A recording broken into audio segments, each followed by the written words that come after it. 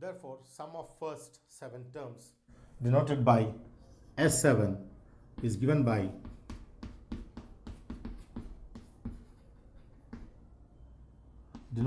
S7 is n by 2 times 2a plus n minus 1 times d, where I substitute each of n, a and d in this respective formula. Now in this case, I substitute each of n, a and d into the formula, where I get n equal to 7 over 2 times 2a, that is 2 times of a minus 1 plus n minus 1 times of d, which is 5 over 4 is what I get when I simplify. So further simplification, I get 7 over 2 times minus 2. 2 times of minus 1 is minus 2, and 7 minus 1 is 6 times 5 by 4. Then on further simplification, 2 times 2 threes, I get 7 over 2 minus 2 plus 5 threes, 15 by 2, which on LCM gives me 7 by 2 times 2 times minus 4 plus 15. Therefore, on further simplification after LCM, I get 7 over 2 times 11 over 2, which is 77 by 4. Therefore, the sum of first n terms is given by 77 by 4. This is the sum of first 7 terms of arithmetic progression, where it is 77 by 4 for the given problem. Is how we understand the sum to n terms of arithmetic progression. Now let's come to the real life situation and understand the sum of first n positive integers. So let's see how the first n positive integers can be calculated using the geometrical concept, the arithmetic concept. So initially, to start with, let me take the sum of first n positive integers. So for example, I have Sn is sum of first n positive integers, starting with the least positive integer 1, then with 2, and consecutively 3, 4, 5, and so on till n. This is a finite series, arithmetic series. Now since the common difference is 1 out here, this is an arithmetic progression when taken in patterns. Now I want to find the sum of each of the terms until n. Now this being an arithmetic progression, sum to n terms is already given to be Sn equals n by 2 times first term plus last term, is how we understood the concept of sum to n terms using the formula. Now this n is the number of terms, which is clearly 1, 2, 3, 4 till n. Now since the number of terms is n remains fixed as n. So the number of terms being n, this would be n by 2 times the first term, which is clearly 1, and the last term, which is n, are the two values which are going to be substituted respectively for the first term and the last term.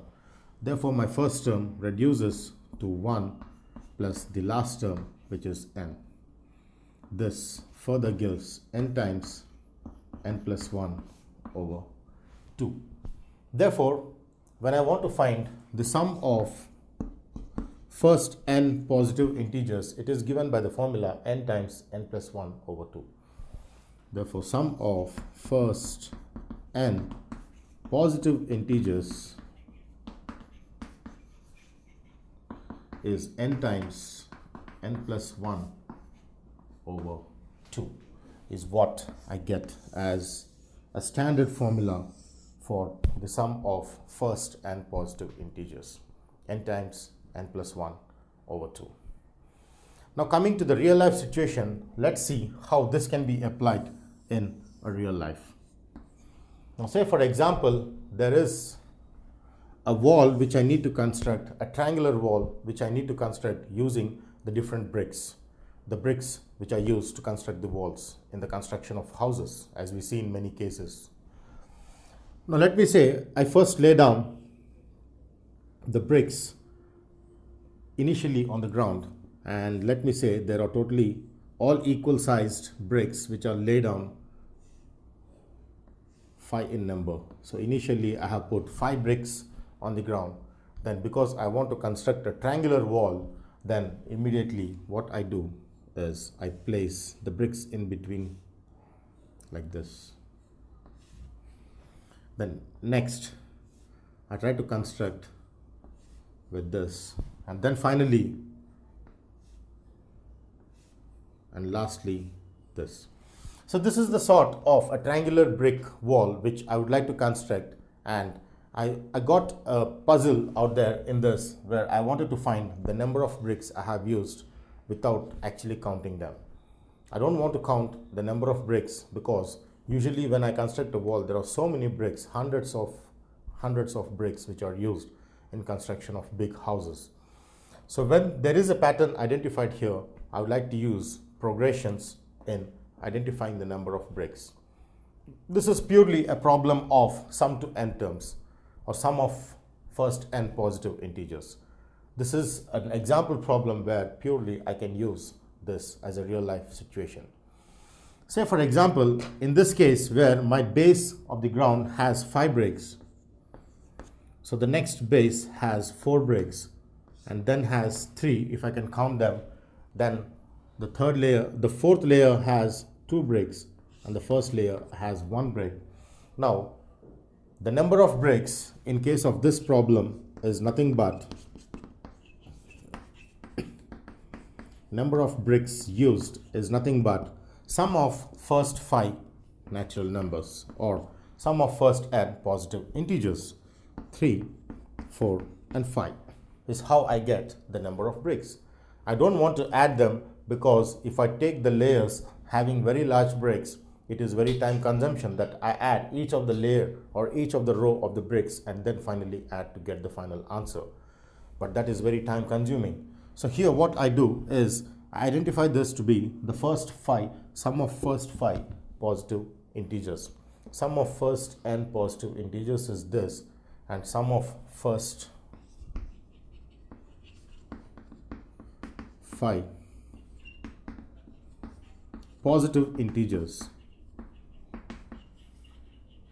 is strictly nothing but n equal to 5, because n stands for 5 in case of this situational problem.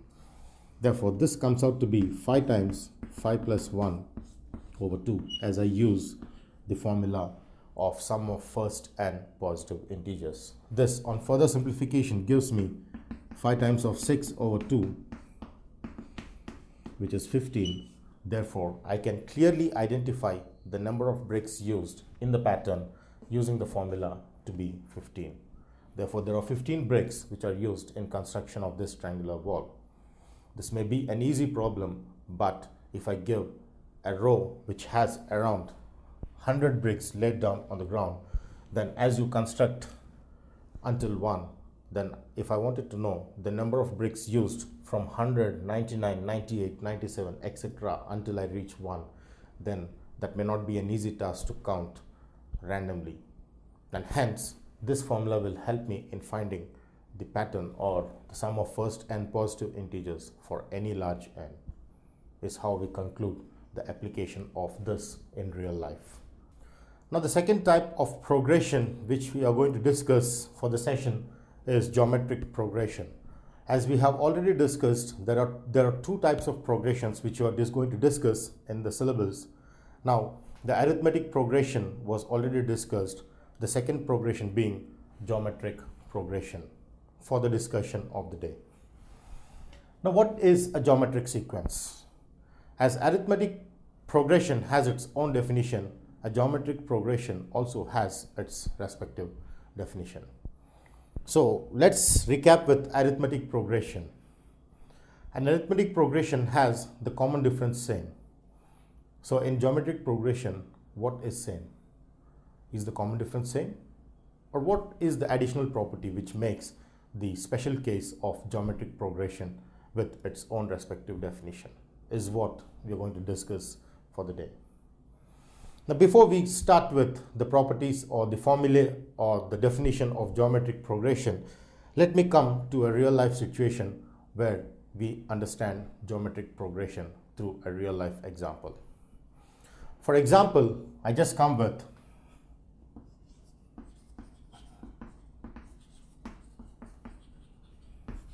a real life example where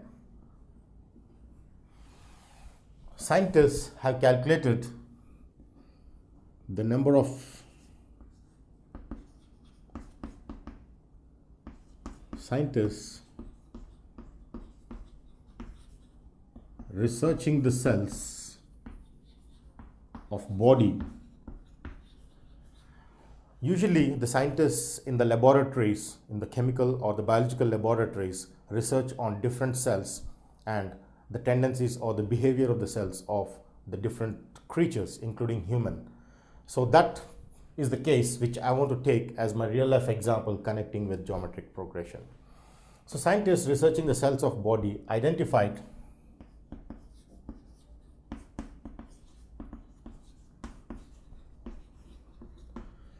the growth of cells. Usually the cells grow in their own means in different proportions. So when they were researching on one of the living creature of the cells which grow in number, they wanted to calculate on how many cells are growing. So identified the growth of cells as follows. So they were just doing the research on everyday basis. On day 1, they identified the number of cells was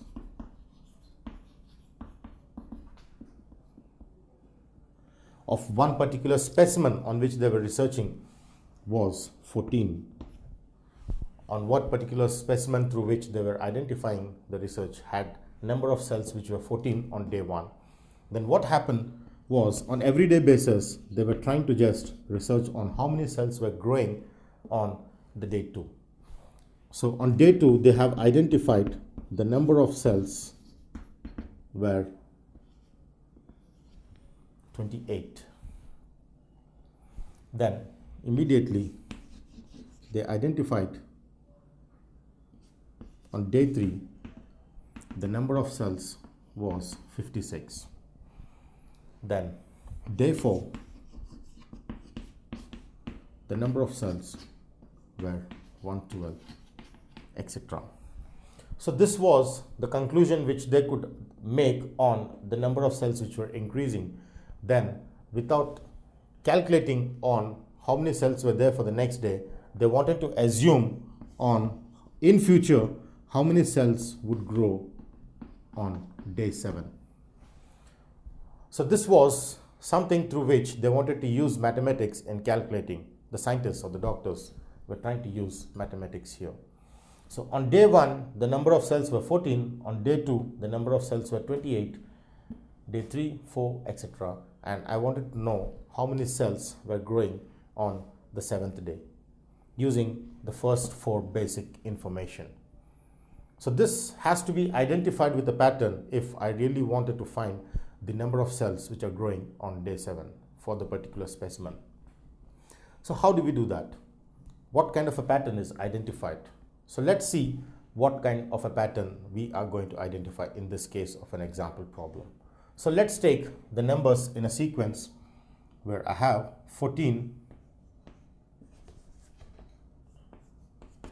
next 28, 56, 112 is what I have, and this is for day 1, this is for day 2, day 3, day 4. Similarly, how do I know my number of cells in day 5 is the biggest question here. The pattern which we are going to identify here is that I clearly identify when I multiply the number 14 with 2, I get 28, and 28 times 2 is 56, 56 times 2 is 112, 112 times 2 is 224, and day 6, 224 times 2 is 448, and finally on day 7 I multiply this so that I get 896 is what I get on the day 7. That means when the scientists wanted to estimate on the number of cells which are growing on the day 7, in the continuous growth of cells, they could identify that there are 896 cells which would exist on the 7th day.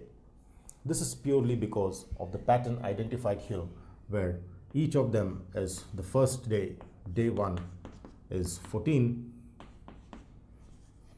and day 2 is 2 times of 14, which is 28. Similarly, when I go proceeding similarly, day 7 is 2 times of day 6, which is nothing but twice of 448, which gives me 896 cells which grow on day 7. So this is how we identify the number of cells on the 7th day using a pattern. And this kind of a pattern is called geometric progression. A real life example connecting geometric sequence with the problem. So let's see in brief how geometric progression can be used or studied in general form and with its varied properties. So now that we have identified that in every case there's a common multiple which is multiplied, because when I take 14, 28, 56, 112, etc., I see that each of them is obtained by multiplying 2. That is, I get 14, 2 times of 14, which is 28, and my third term is 2 times of 28, which is 56, and next it is 2 times of 56, which is 112, and 2 times of 112, etc. So in this case, I identify that there is a common multiple in each of the patterns. This common multiple makes us understand that this is very much associated with geometric progression. A common difference is associated with arithmetic progression, and a common multiple is associated with the geometric progression. So let's see in brief about what exactly is a geometric progression to support with this real life example. Now let's see geometric progression in its general form, as we have studied with a previous real life example. So a geometric progression in its general form, in similar to arithmetic progression in its general form, is defined as AR square, AR cube, AR power n minus 1, and so on and so forth. So in this case, usually we denote the geometric sequence or the geometric progression with AR square, AR cube, etc., where A is said to be the first term and R is said to be the common ratio. Just like D is the common difference, the difference of each of the pairs is same. Here, the ratio of each of the pairs is same, is the only difference between AP and GP. If the common difference is same, an AP. If the common ratio is same, it's a GP. So what is the common ratio? A common ratio is the ratio of this divided by this, which is AR by A, which is R. Similarly, when I divide this term with this, I get R. And when I divide this term with this, I get R, and so on and so forth. So if my division gives me an equal quantity, then I say the common ratio is same, and hence such a sequence is called a geometric progression. And this is the general form of representing the geometrical progression. In this, the first term is denoted with A1, and it is called A. Similarly, the second term is denoted with A2 and is nothing but AR. The third term is AR square. So the third term denoted by A3 is AR square. So whenever I just take the second term, it is 1 short off with the power R. So third term is 2. 99th term is AR power 98, because 1 short of 99 is 98. Therefore, concluding this, I get nth term of geometric sequence denoted by an is obviously ar power n minus 1. 1 short of n is how I identify the nth term of GP as identified here. So this is how I get the formula for the nth term of geometric progression being ar power n minus 1, where a is the first term, r is the common ratio, and n is the number of terms. So nth term given by this formula has a is first term, r is common ratio, and n is the position or number of terms. Is how I get each one of them connected in the formula. So this is the formula for geometric sequence to discuss with more example problems.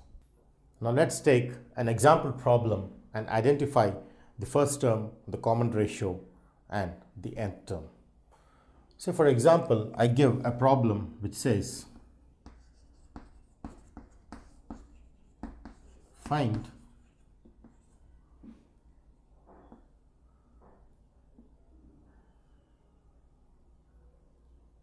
the sixth term of the pattern.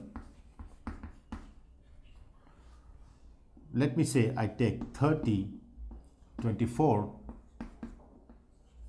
19.2, 15.36, 12.288, so on and so forth. Now in this case, I would like to find the sixth term of the given pattern, but initially to identify the pattern is very important. So let me see if this is an arithmetic progression or a geometric progression. As I clearly see that the difference of the pace is not same, as can be clearly seen with the values given here. Therefore, this cannot be an arithmetic progression. Now let me start with the geometric progression. So let's see if this forms a geometric progression. So in order to test this for geometric progression, I just take each of the terms divided. So when I take these two pairs, let me see what the ratio is. So randomly taken out here, 24 by 30 is 4, 6.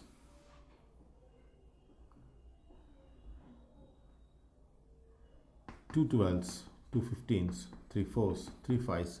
So this comes out to be 4 over 5, which is nothing but 0.8 is the ratio of 24 and 30.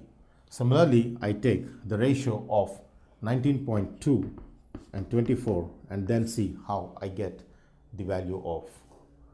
So let me just simplify this. 12 2s 24, 12 1s, 12 6 74, 12, 0.8. I clearly see that the common ratio here is also 0.8 when multiplied. Similarly, I find the ratio of this and this, which is 15.36 by 19.2. Then let me see what I get when I convert. 1536 by 1920. Then this when multiplied, 2 8s, 2 9s 18, 2 6, 2 7s 14, and then 13 times 2 6, 2 8s.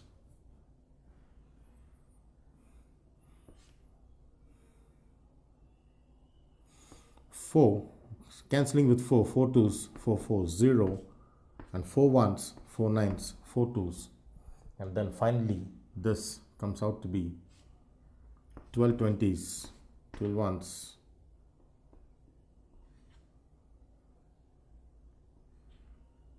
12 6, 2 10s, 4 5s 20, 4 4 16. So I get 4 over 5 when I simplify this, and 4 over 5 is nothing but again 0.8. Finally, lastly, let me see if this pair also gives me 0.8. initially to start with, it is successfully the equal ratio, lastly to be done with this. So when I take this 12,288 by 15360, then this has to give me 0.8. So cancelling this, 2 7s 14, 2 6 12, 14 plus 13 is 2 6 12, and then 2 8s 0, then 2 6 12, 2 1s is what I get. Then finally 2 times of 2 3s, 2 8s, 2 4s, 2 3s, 2 7s, 2 2s, and then to cancel this, 2 1s, 2 9s, 2 2s, 0, and 2 1s 15, 2 3s are 6, 2 6 are 12. Now clearly I got this as 1536 by 1920 as a ratio which is already 4 times and 5 times as obtained in the previous case. Therefore I can immediately cancel this 4 times by 5 times. Therefore this also is a ratio of 4 by 5 when converted to decimal as 0.8. Therefore since the common ratio is same in all the pairs, therefore this is a geometric progression. Is how we identify the geometric progression. Now comes on what is the sixth term of the pattern. To start with, my first term is clearly denoted by A1, that is A, and it is given to be 30. So my first term is 30 out here, and my common ratio is R, and that is nothing but the value which I obtain when I divide the term by its previous term. Therefore the common ratio here is 0.8 is what I get. Now in this I know the first term, I know the common ratio, then I also know my nth term which is given by the formula as in the previous case. Nth term is an is ar power n minus 1 is the nth term which I obtain. Now since I need to find the sixth term, therefore n equal to 6 gives me the sixth term. By substituting n equal to 6 in the previous case, I get the sixth term to be a skis, that is ar power 6 minus 1, with n being equal to 6. And this finally reduces to ar power 5 because 6 minus 1 is 5, with a equals 30 and r equals 0.8. Therefore this simplifies to 30 times 0.8 times 5.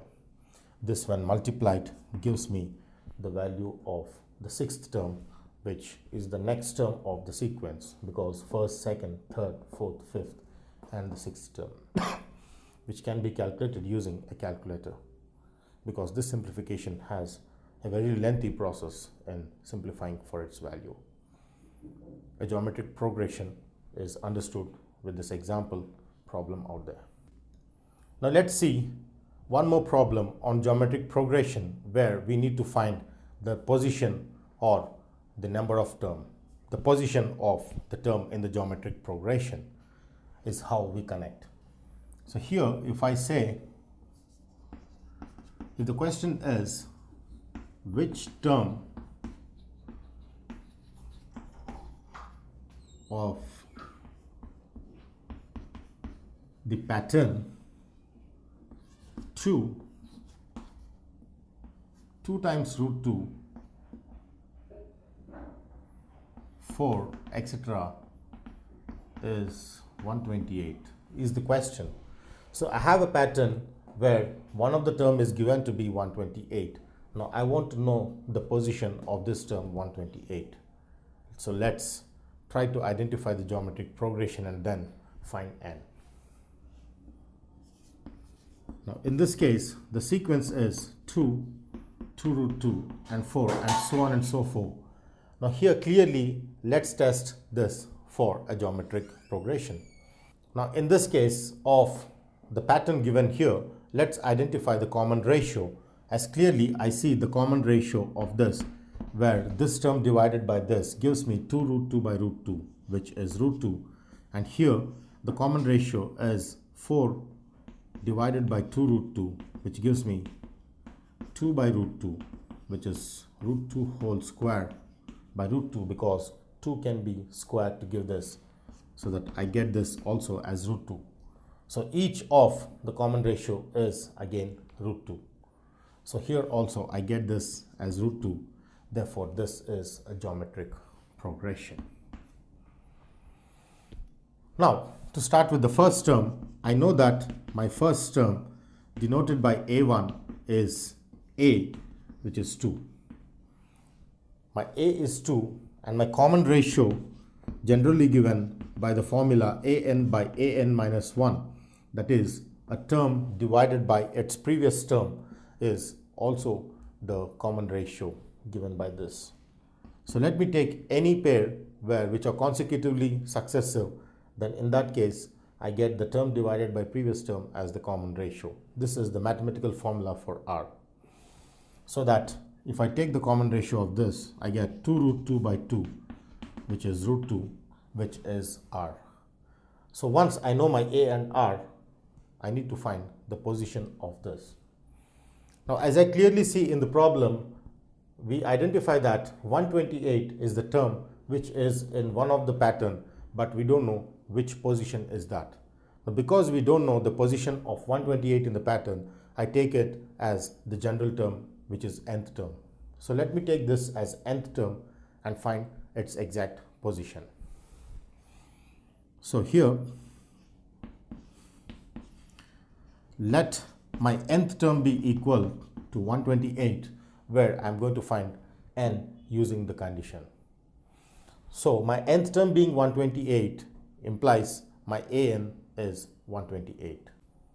Now, continued with the previous example, I have finally my a equal to 2 and my r equal to root 2, and my nth term an equals 128, where the formula for nth term is already taken as ar power n minus 1, which is equal to 128, is what I get when I substitute the formula for nth term of GP, the geometric progression. Now, my a is 2, which is substituted in place of a, and r is root 2 times n minus 1, which equals 128. Now, how do I find n from this? We strictly use the exponents, the laws of exponents, which we have discussed in the previous sessions. So let's see how exponents properties can be used in finding the value of n. So in this case, I can just write this as 2 times root 2 is 2 power 1 by 2 times n minus 1 equals 128, because root 2 can be written as 2 power half. So that this on simplification gives 2 power 1 into 2 power 1 by 2 times n minus 1 is n minus 1 by 2 when expanded through the brackets, which equals 128. To continue further from there, I have 2 times of 1 into 2 times of n minus 2, n minus 1 over 2. Using the first law of index, I get a power m into a power n as a power m plus n. Therefore, this becomes 2 power 1 plus n minus 1 by 2 equals 128, using the law of index, the first law of index. This, on further simplification, gives me 2 power LCM is 2, and 1 times of 2 plus n minus 1 equals 128. This, on simplification, gives 2 minus 1 as 2 power 1 plus n over 2 equals 128. Now, how do I simplify this 128? Let's try if I can simplify this raised to power of 2. If I can raise this as power 2, then I think I can get the value of n here. So let's see if I can get the multiples of 2 multiplied for 128. 2 3s, 2 16s, 2 8s, 2 4s, and 2 1s. 2, 3, 4, 5, 6, 7. That is 127 is raised to 2 power 7. I can raise this to 2 power 7 using this concept of LCM, using the prime factors. which in turn gives me 2 power 1 plus n over 2 is 2 power 7. Therefore, when the bases are equal, the powers must be equal, which makes me understand that since bases are equal,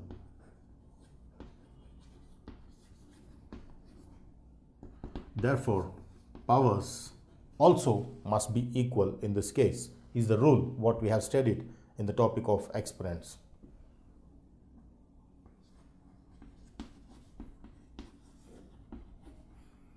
Now the powers being equal implies 1 plus n over 2 is equal to 7. Is how I get when I equate the powers, which on cross multiplication gives me 1 plus n equals 2 times of 7, which is 14. That implies my n is 14 minus 1, which is 13. So finally, I obtain n equal to 13 by using the condition of the given problem, which makes me understand that the position of the number 128 in the pattern is the 13th position, or it's the 13th term, is how I understand this problem. Now since n is 13, therefore the position of 128 in the given pattern is 13th term, is how I conclude the given problem.